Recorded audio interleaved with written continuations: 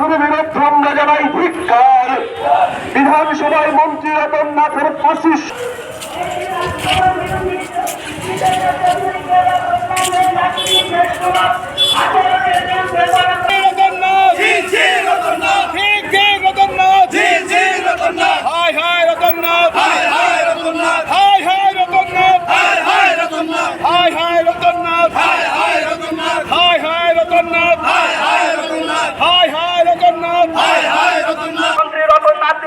ব্যবস্থা মাঠলায় নাই ইয়াকাই তোমার চলিকা ইয়াকাই তোমার চলিকা